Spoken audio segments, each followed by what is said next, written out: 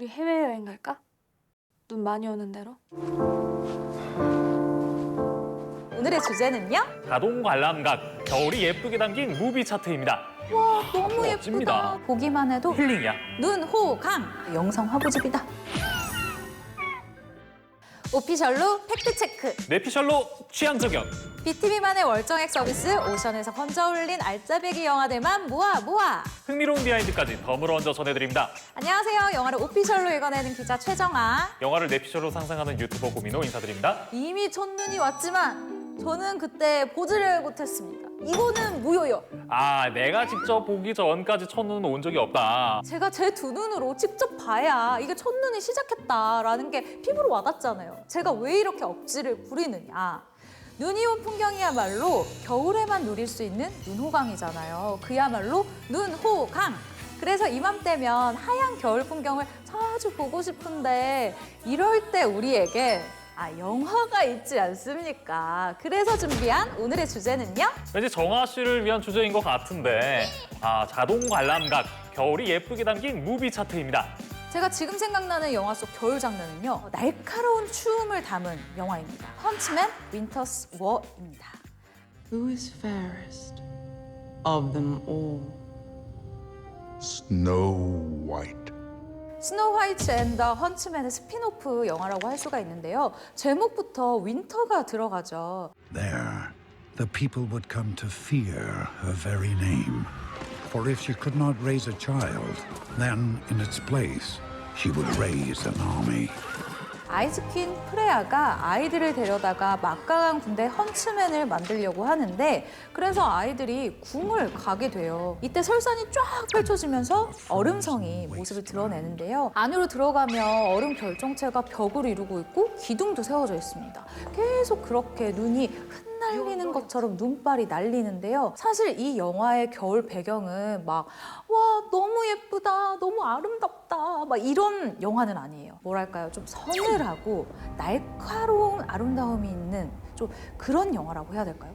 진짜 정확한 표현입니다. 아름답긴 한데 왠지 스치기만 해도 상처가 날 것 같고 살을 애린다는 표현이 있잖아요. 그 표현이 정말 딱 맞는 겨울 풍경이라고 할 수 있습니다. 저는 아이스퀸의 실버 색상과 이블퀸의 골드 색상의 대비가 굉장히 인상적이었는데요. 이때쯤에 딱 샤를리스 테론이 디올 자도르 광고에서 황금빛 여신으로 나와가지고 센세이션을 일으켰었거든요. 이 이블퀸, 이 골드, 이거 좀 의도된 부분이 아닐까요?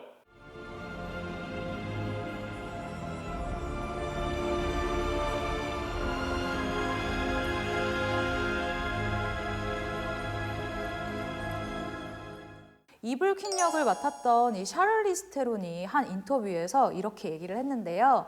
드레스가 정말 보기만 해도 무거운데 실제로도 그래서 스텝 4명이 들어도 굉장히 낑낑거릴 정도로 무거운 옷이었다고 합니다. 근데 감독이 갑자기 이 아이스퀸과 싸우는 장면에서 재빠르게 회전을 해라 이런 말을 한 거예요. 그래서 샤를리스 테론이 그 말 듣자마자 속으로 이 드레스를 입고 돌라고?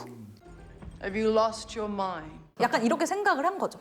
그런데 바로 옆에서 사라 역을 맡은 제시카 차스테인은요. 위험하고 높은 곳에서 뛰어내리는 이런 격한 액션을 찍고 있었다는 거예요. 그래서 그걸 보고 와, 쟤는 매트도 안 깔았네. 아니 그냥 조용히 하고 이거 찍어야 되겠다라고 생각을 했다고 합니다. 저한테도 만약에 높은 곳에서 뛰어내릴래, 무거운 거 들래? 라고 하면 저 역시도 이제 무거운 걸 드는 쪽을 선택을 할 것 같아요. 이 전체적으로 헌츠맨 윈터스 워의 이 겨울 장면은요. 굳이 따지자면 1월의 새벽 정도의 느낌인 것 같아요. 영화 곳곳에 정말 온기와 불이라곤 하나도 없습니다. 이 영화의 색깔과 심리를 대변하는 어떤 장치거든요. 그런데 눈이 아닌 얼음으로 뒤덮인 이 겨울 배경은 그 자체가 굉장히 고독하고 외롭고 분노가 가득 찬 아이스퀸의 이 내면을 제대로 표현하는 그런 왕국이었던 거죠.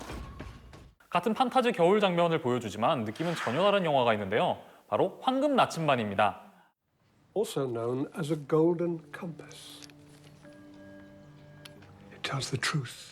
이 영화는 모든 진실과 비밀을 알려주는 황금 나침반을 둘러싸고 천상과 지상이 싸움을 벌이는 내용인데요. 영화 속에서 첫 겨울 장면은 아이스베어 왕국 스발바드의 풍경이 쫙 펼쳐지면서 등장을 합니다. 눈이 수북히 쌓인 눈산에 등장인물들 의상도 털이 복슬복슬한 에스키모인 복장들입니다.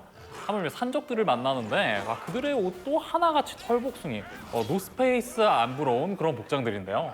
맞네요. 저는 황금 납침반에서 기억나는 게요. 극 중에서 세계를 지배할 수 있는 이 황금 납침반의 주인이 꼬마 소녀 리라잖아요. 리라가 영화 후반부쯤에 북극으로 가면서 스웨이드 코트를 입어요. 일명 무스탕이라고 하죠. 근데 아이 옷인데도 제가 입고 싶을 정도로 굉장히 예뻐요. 거기에 겨울이면 빠질 수 없는 어그부츠 패션. 너무 예쁘면서 인상 깊었습니다. 황금 나침반에서는 눈 덮인 광활한 풍경들이 계속 나오는데요. 북극과 아이스베어들이 사는 얼음 궁전을 포함해 극중 여러 미지의 세계를 형상화하기 위해 공간 디자이너 데니스와 크리스 웨이츠 감독, 원작자인 필립 풀먼까지 가세해 장소 헌팅을 계속 다니면서 참고했다고 합니다. 거기에 CG 비용만 무려 8천만 달러, 지금 환율로 하나 950억 원 정도를 사용했다고 하니까 배경들은 정말 최고의 퀄리티로 구현을 해낸 거죠. 판타지 속 광활한 겨울을 보고 왔지만 실제 풍경을 능가할 수는 없지 않겠어요? 유니에게 속 일본 북해도 겨울 풍경은 안 보고 넘어갈 수가 없죠. 윤희에게 잘 지내니? 오랫동안 이렇게 묻고 싶었어. 영화 시작부터 눈에 파묻힐 것 같은 도시 그림이 나옵니다. 영화 러브레터의 배경이 된 일본 북해도 오타루인데요.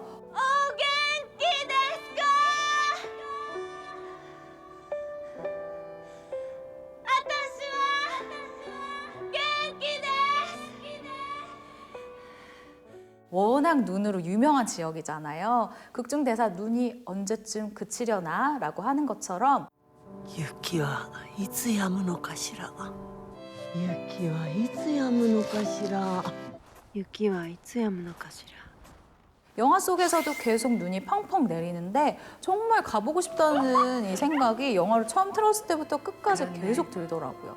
CG를 사실 입히라고 해도 이런 상상을 할 수 있을까라는 생각이 들 정도로 너무 예쁜 풍경이 이어집니다. 정말 발이 푹푹 빠질 것 같은 그런 느낌이죠. 네. 제가 제일 가보고 싶은 세계 도시 중 하나인데 동네 작은 골목길 그런 거 좀 좋아하거든요. 네. 딱 그런 일본 갬성 스타일의 골목길 입구가 많이 나옵니다. 동네 이자카야도 있고요. 어묵바 가게도 있고 하는 약간 따뜻한 감성이라고 해야 되나?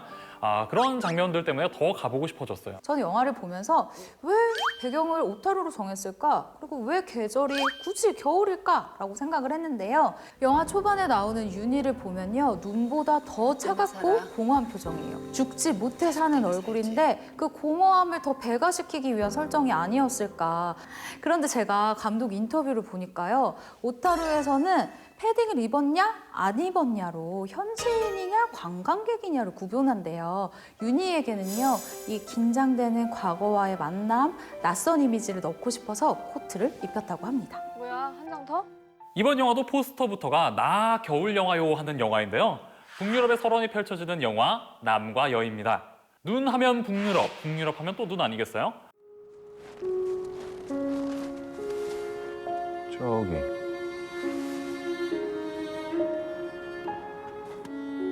여길 건너가자고요? 애들한테 가봐야죠.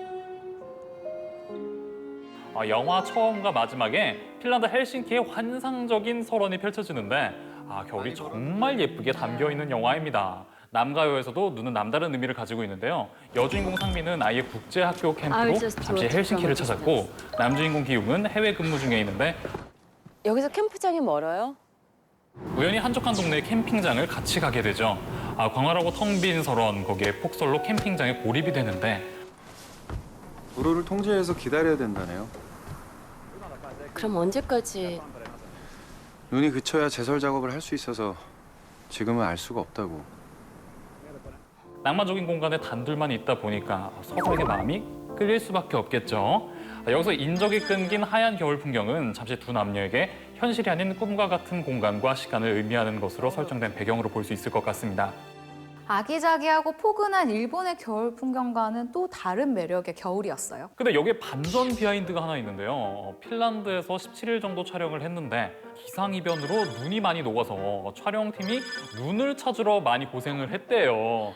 여러 제작진의 이러한 노력으로 이렇게 예쁜 겨울 배경이 탄생할 수 있었다고 합니다. 이건 몰랐는데 진짜 반전이네요. 일본 북해도와 북유럽의 한적한 눈밭 풍경이 있었다면 이번에는 번화한 도시의 겨울을 봐야죠. 당신이 사랑하는 동안의 LA 겨울 풍경입니다. 아날로그적인 감성을 참 많이 담은 아날로그적인 사랑의 영화예요. What happened? I found Lisa. Oh. I have to find out why she left. 남자 주인공 매튜는 2년 전에 갑자기 사라진 연인 리사를 찾아 헤매는데 계속 엇갈리죠. There's something about this apartment. It's like Lisa's been here.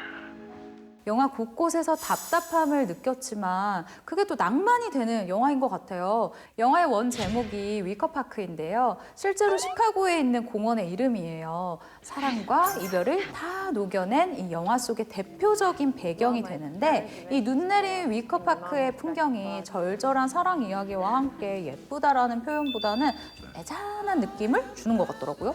사실 처음에는 그냥 눈 왔다가 녹은 길이 그대로 보여서 겨울을 예쁘게 담은 영화는 아니다 싶었는데 새하얗게 눈 덮인 위커파크 장면을 보고 LA의 겨울도 참 설렌다 느꼈습니다. LA도 눈이 참 많이 오는 것 같더라고요. 사실 이 영화는 겨울 풍경보다는 주인공 매튜 역을 맡은 이 배우 조시 하트넷의 얼굴이 더 먼저 생각나는 영화예요. 아주 훈훈하게 난로 역할을 이 얼굴이 했습니다. 열일했습니다. Magnificent, aren't they? 이번에는 눈 덮인 산의 향연입니다. 겨울 풍경에서 설산을 또 빼놓을 수 없는데 대표적인 설산 히말라야를 담은 여러 영화가 있습니다. 첫 번째 영화는 히말라야. 이번 영화들 중 가장 압도적인 겨울의 힘을 보여주는 영화가 아닐까 싶어요. 이곳은 인간의 접근을 허락하지 않는 신의 영역. 그것을 에베레스트라고 부른다. 박무택 대원! 네, 대장이야! 우리 올라가자! 영화를 보면서 저도 모르게 춥다 이렇게 느껴지기도 하고 특히 1인칭 시점을 많이 사용했는데 그러다 보니까 이 가쁜 숨소리 보이는 시야도 산에 직접 올라가는 거라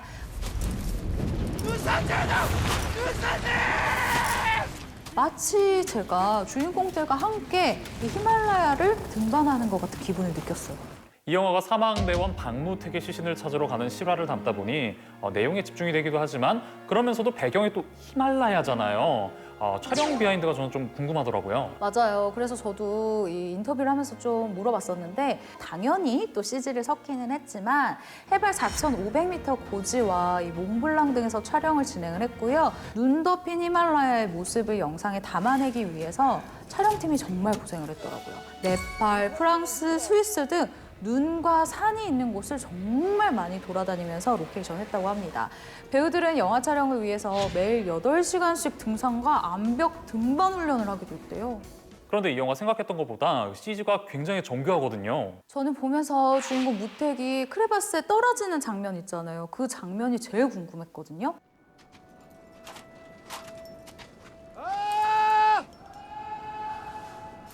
야, 한 50m 되겠다. 어? 야, 누가 선두로 갈래?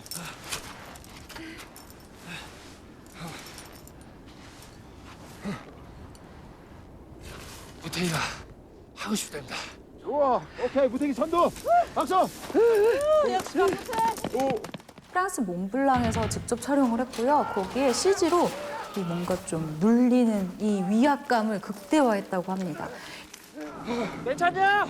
네, 괜찮습니다. 히말라야 CG팀이요. 에베레스트 베이스 캠프에 한 달간 머무르면서 6,200m까지 등반을 해서 이 작업에 필요한 방대한 소스를 직접 촬영을 했고 무려 6개월에 걸쳐서 밤낮 없이 작업에 몰두하며 이 영화 속 경이로운 풍광을 완벽하게 재현을 했습니다.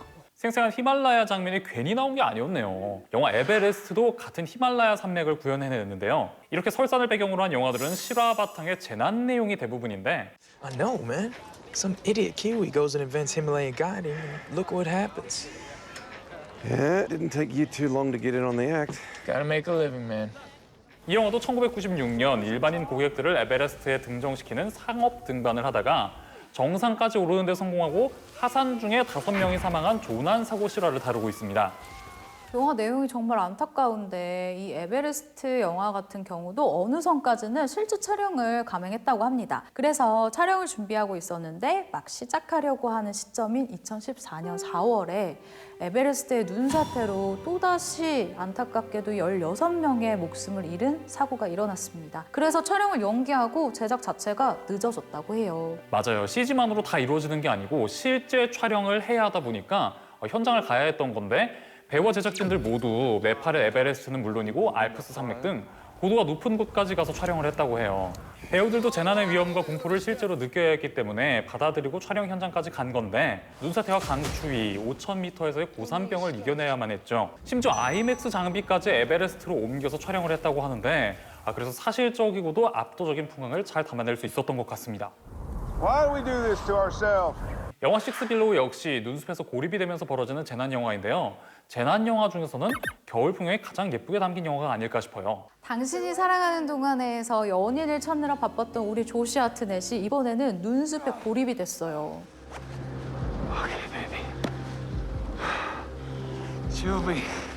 스노우보드를 타다가 혼자 가지 말라는 곳에 가서 태풍을 만나 무려 8일 동안 고립이 됩니다.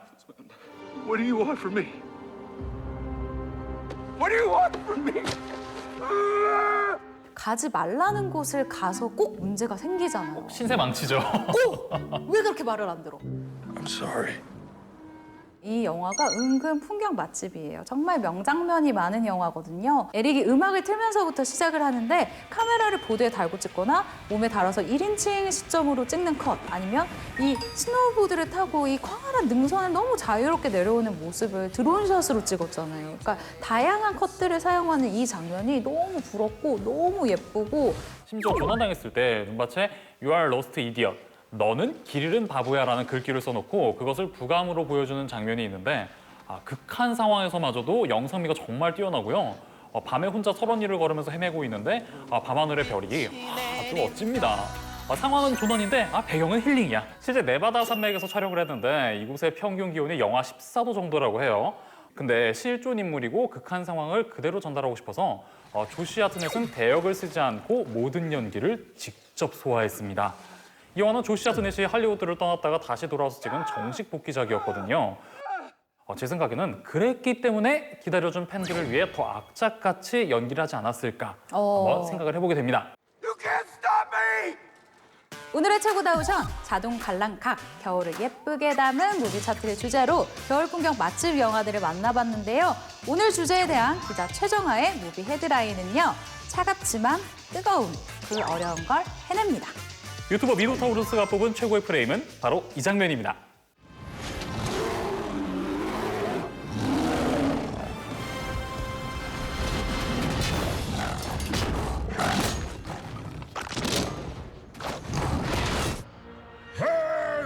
Who is your king?